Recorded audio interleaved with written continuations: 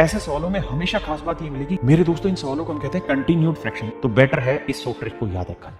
मेरे दोस्तों, हम किसी भी फ्रैक्शन को तीन हिस्सों में बांटते हैं। पहला है प्रॉपर फ्रैक्शन, दूसरा है इम्प्रॉपर फ्रैक्शन और तीसरा है मिक्स फ्रैक्शन। मेरे दोस्तों, मिक्स फ्रैक्शन का मतलब होता है कि एक नेचुरल नंबर या एक पूर्णांक जमा में एक फ्रैक्शन। इसीलिए हम इसे मिश्रित भिन्न बोलते हैं, पूर्णांक भिन्न बोलते हैं, सही भिन्न बोलते हैं। मेरे प्यारे बच्चों, ऐसे सवालों में हमेशा खास बात ये मिलेगी कि ये नंबर और ये नंबर सेम मिलेगा। जब भी ऐसा हो तो इस नंबर में एक जोड़िए, तो 999 में एक जोड़ा 1000, 1000 को 99 से गुना करिए, आंसर होगा 99,000। अब मेरे बच्चे ये देखा करिए कि 99 से कितना छोटा है। तो सर ये जो है 99 से 46 छोटा है। 99 से 46 छोटा है, तो 46 इसमें से घटा दें, 10 में 6 गया 4, फिर यहाँ बचा 9, 9 में 4 गया 5, और यहाँ बचा 9, 9 यहाँ बचा 8, 98,954 मेरा आंसर होगा ऑप्शन ए। देखिए मेरे दोस्तों, जब भी ये सीन मिले तो एक ही काम करना है, इसमें अपनी तरफ से एक जोड़ना है। 99,999 में एक जोड़ोगे, सीधा आंसर आएगा 1 लाख। 1 लाख को इससे गुना करोगे, 1 लाख में ध्यान रखना 5 जीरो होती हैं, 5 जीरो होती हैं।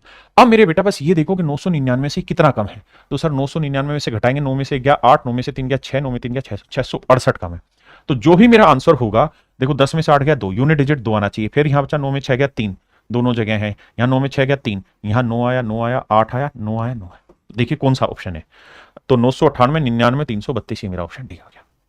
देखिए मेरे बच्चे, इन सवालों में ट्रिक ये है कि अगर यहां 9 है तो यहां इसका 7 टाइम्स लिखा होगा। जो फ्रैक्शन अगर देखिए 1/7, तो यहाँ 9 है तो इसका 7 टाइम्स लिखा होगा। तो आंख बंद करके एक काम करना है, ये 9 एज इट इज लिखना है, और यहाँ जितने 9 है उतनी जीरो इसके बाद लगा देना, डायरेक्ट आपका आंसर आ जाएगा। मेरे प्यारे बच्चों देखिए, ये 99 का हर हाल में 8 गुना होगा। अगर है तो कुछ नहीं करना, 99 एज इट इज लिखना है। और यहां देखिए कितने, 1 2 3, तो 3 जीरो लगा देना, यही आपका आंसर होगा।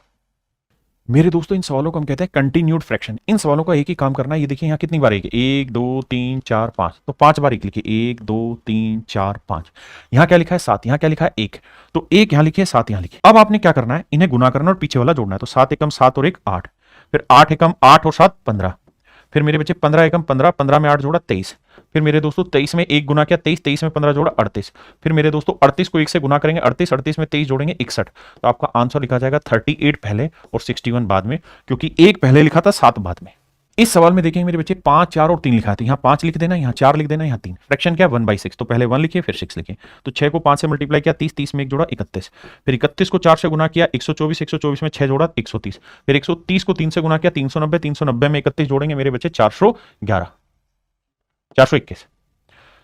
अब मेरे प्यारे बच्चों होगा क्या कि 130 ऊपर आएगा और 421 नीचे।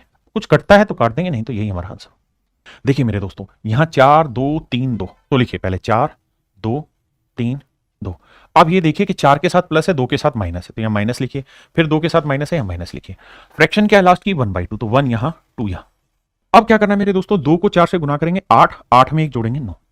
अब 9 को 2 से गुना करेंगे 18, लेकिन माइनस था तो 18 में से 2 गया 16, 16 को 3 से गुना करेंगे 48, 48 में 9 जोड़ेंगे मेरे बच्चे 57। अब मेरे दोस्तों 57 को 2 से गुना करेंगे मेरे बच्चे 114, 114 में से माइनस करेंगे 16 तो आएगा 98, और मेरे बच्चे आंसर आ जाएगा 57/98।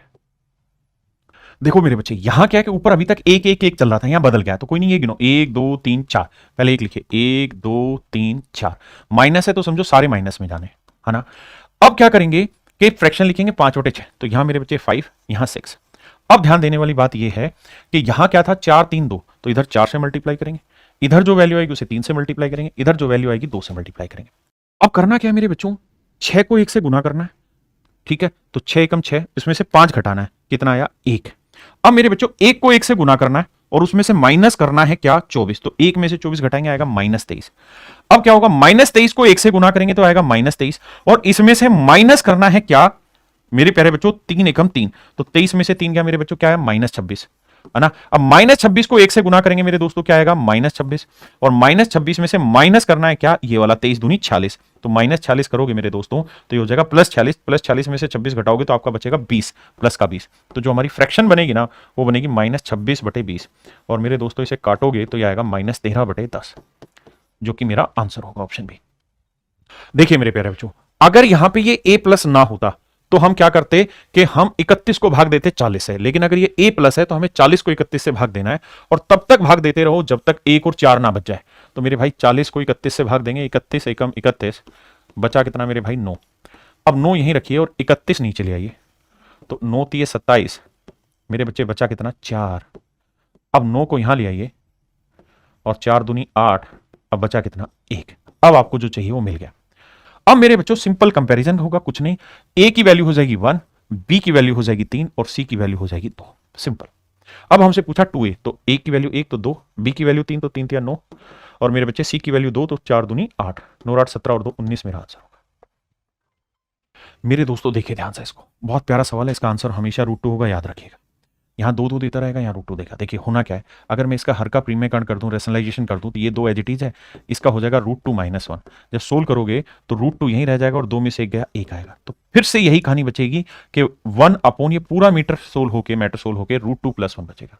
अगली बार फिर से हर का प्रीमेयकरण करोगे तो हर बार ये प्रोसेस चलता रहेगा और आखिर में आपका आंसर √2 आएगा। तो बेटर है इस शॉर्ट ट्रिक को याद रखा जाए।